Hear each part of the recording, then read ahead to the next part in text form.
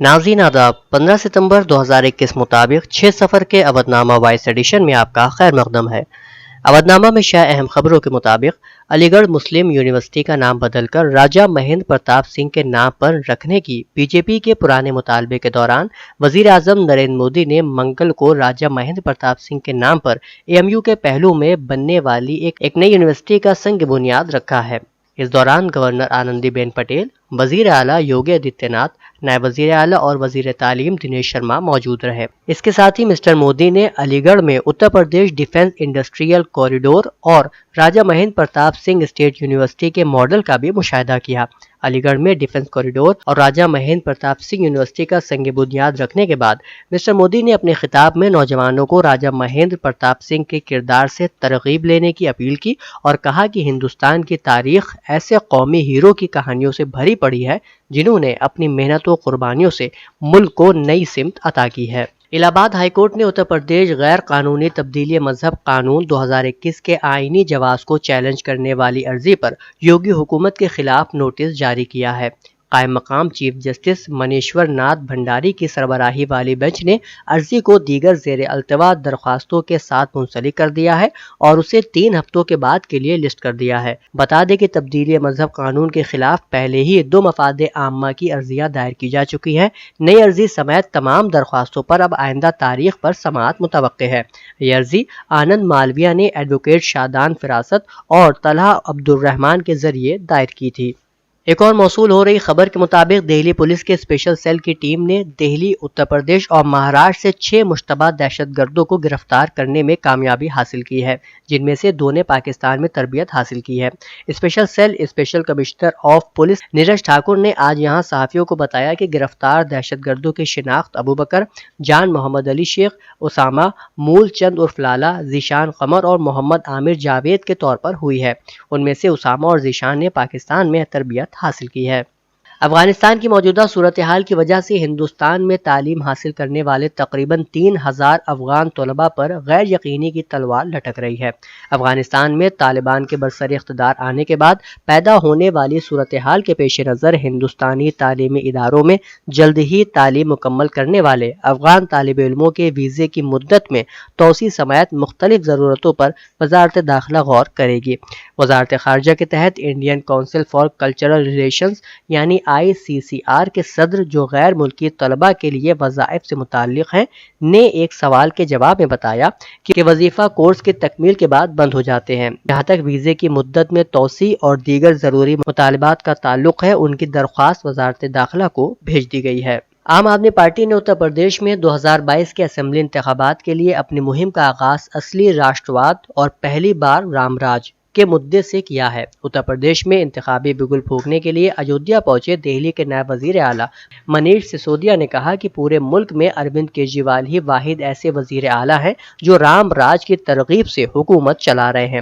انہوں نے یہ بھی بتایا کہ اتر پردیش کے اسمبلی انتخابات میں عام آدمی پارٹی کسی بھی سیاسی پارٹی سے اتحاد نہیں کرے گی اور سبھی اسمبلی کی سیٹوں پر انتخابی میدان میں اترے گی۔ اتر پردیش کے ضلع فیروز آباد میں ڈینگو بخار اور وائرل سے متاثرہ مریضوں کو راحت نہیں مل پا رہی ہے۔ ضلع میں متعدی بخاروں کی زد میں آنے سے تقریباً 150 مریضوں کی اب تک جان جا چکی ہے۔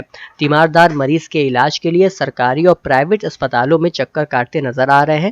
مناسب علاج کی کمی میں مریض دم توڑ رہے ہیں، جبکہ وزیر اعلیٰ یوگی آدتیہ ناتھ نے مقامی انتظامیہ کو بیماری کے سلسلے میں کوتاہی نہ برتنے کی سخت ہدایت جاری کی ہے۔ بتا دیں کہ منگل کو میڈیکل کالج میں ڈینگو وارڈ میں مریضوں کی تعداد 465 بتائی گئی، جس میں زیادہ تر بچے شامل ہیں۔ معروف عالم دین اور استاد حجت الاسلام مولانا ابن علی صاحب رحمہ اللہ کے انتقال پر مجلس علماء ہند کے تمام اراکین نے اظہار رنج و غم کرتے ہوئے مولانا مرحوم کے خانوادے اور متعلقین کی خدمت میں تعزیت و تسلیت پیش کی۔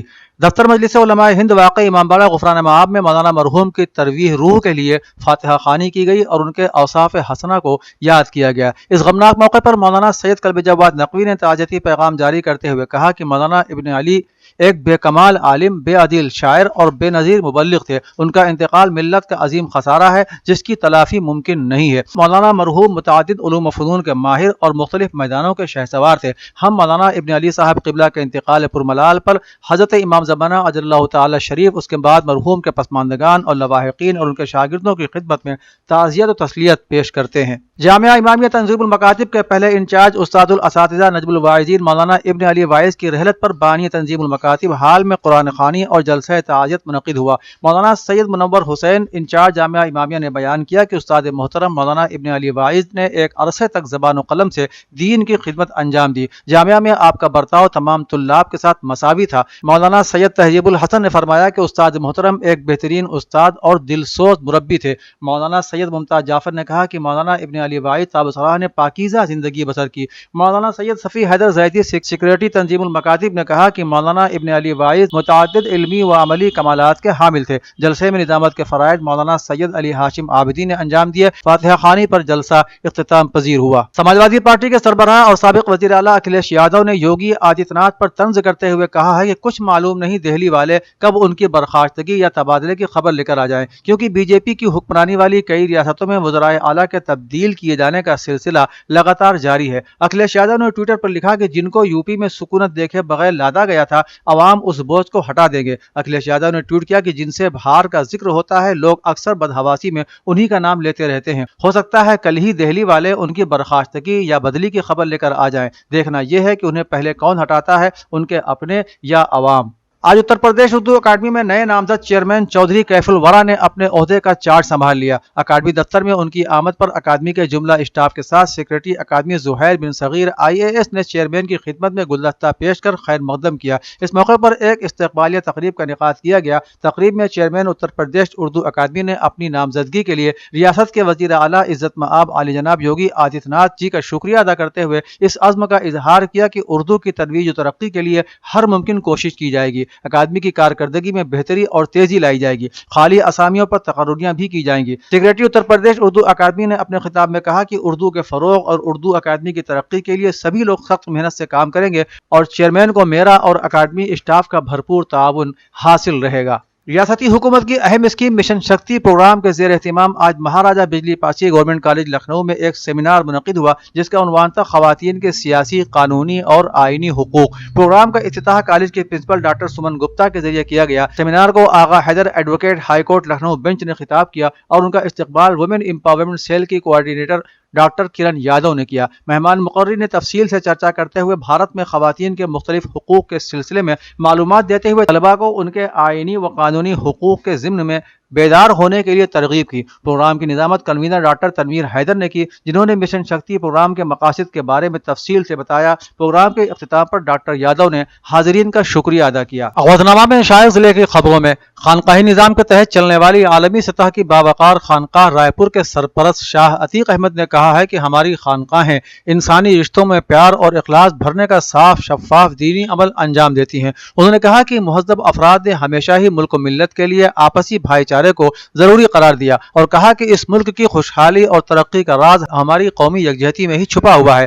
ہم سب ایک رہے تو ہمارا پیارا ملک بھی ایک رہے گا اور ہمارے عوام بھی بھرپور ترقی کر سکیں گے۔ اس لیے ہم پر لازم ہے کہ ہم سبھی اپنے اختلافات اور گلے اور شکوے بھلا کر ایک منچ پر آ جائیں اور ملک و ملت کی بہبودگی کے کام انجام دیں، اور یہی نصب العین ہندو مسلم بھائی چارہ سمیتی کا بھی ہے۔ سماجی تنظیم ہیلپ پوائنٹ کے کارکنان نے آج منگل کے روز SDM ٹانڈا ابھیشیک پاٹھک کو ٹانڈا شہر کی بوسیدہ سڑکوں کی مرمت کرائے جانے کا مطالبہ کرتے ہوئے ایک میمورنڈم پیش کیا۔ اس سلسلے میں صدر فخر عالم خان نے بتایا کہ شہر کے تمام علاقہ جات میں سڑکوں کی خستہ حالی کی وجہ سے عوام الناس کو مشکلات کا سامنا کرنا پڑ رہا ہے۔ دیوبند میں محکمہ صحت کی جانب سے شہر کے اسلامیہ ڈگری کالج میں ویکسینیشن کیمپ لگا کر کورونا سے بچاؤ کے لیے مفت ٹیکے لگائے گئے۔ کورونا ویکسینیشن کیمپ میں آج 250 افراد نے ٹیکے لگوائے۔ کیمپ کے افتتاح کے موقع پر کالج کے صدر ڈاکٹر عزیب الحق نے کہا کہ کورونا جیسی بیماری کے خاتمے کے لیے ہمیں دعا کے ساتھ ساتھ ماہرین کی رائے اور حکومت کی ہدایات پر عملی جدوجہد بھی ضروری ہے۔ انہوں نے کہا کہ لوگوں کے درمیان کووڈ ویکسین کے متعلق غلط فہمیاں پھیلائی جا رہی ہیں۔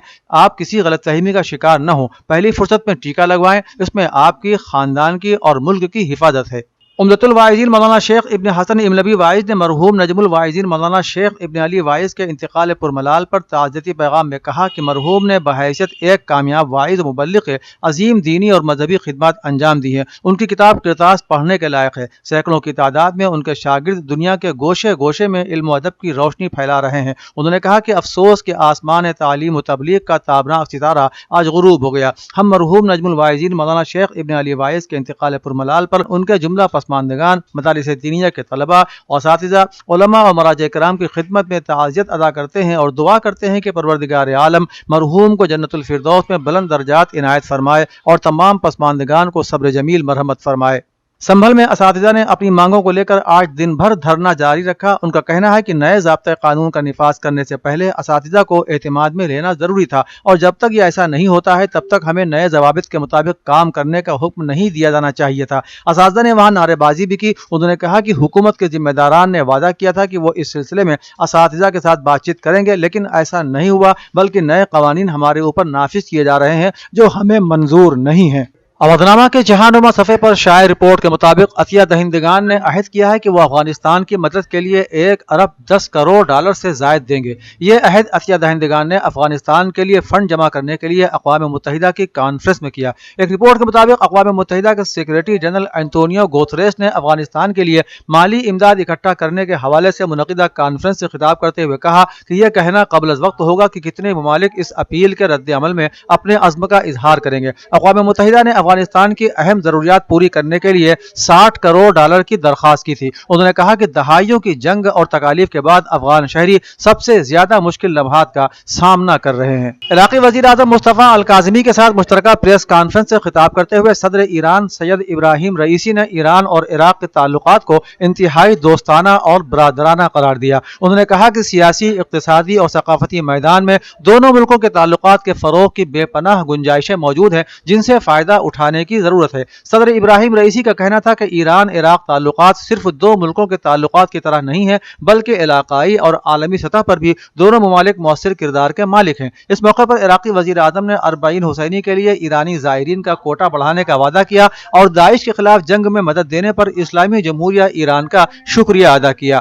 اسرائیل کے وزیر اعظم نے شمالی افریقی ملک مصر کے دورے پر مصری صدر عبد الفتاح السیسی سے ملاقات کی۔ کسی اسرائیلی وزیر اعظم کا ایک دہائی میں مصر کا یہ پہلا دورہ ہے۔ مصری صدر عبد الفتاح نے شرم الشیخ کے بحر الاحمر کے ریزورٹ میں اسرائیلی وزیر اعظم کی میزبانی کی، جہاں انہوں نے اسرائیلیوں اور فلسطینیوں کے درمیان امن امن کو بحال کرنے کی کوششوں پر تبادلہ خیال کیا۔ قابل ذکر ہے کہ عرب دنیا کا سب سے زیادہ آبادی والا ملک مصر 1979 میں کئی دہائیوں کی دشمنی کے بعد اسرائیل کے ساتھ امن معاہدے پر دستخط کرنے والی پہلی عرب ریاست ہے۔